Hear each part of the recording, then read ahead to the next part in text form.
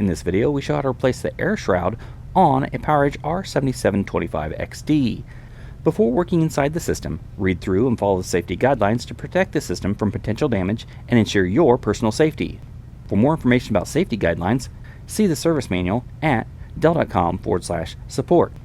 To remove the air shroud, first disconnect the cables that are running over the air shroud.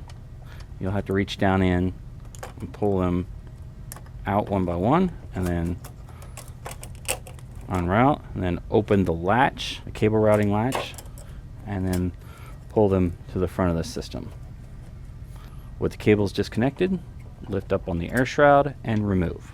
To install the air shroud, align and lower it into the system, then run the cables back through the cable channel and close the latch, and then reconnect the cables to the HPM. 1, 2, and then the last one, and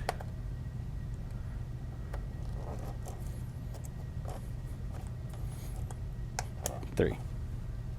For more information about the PowerEdge R7725XD, visit dell.com/support.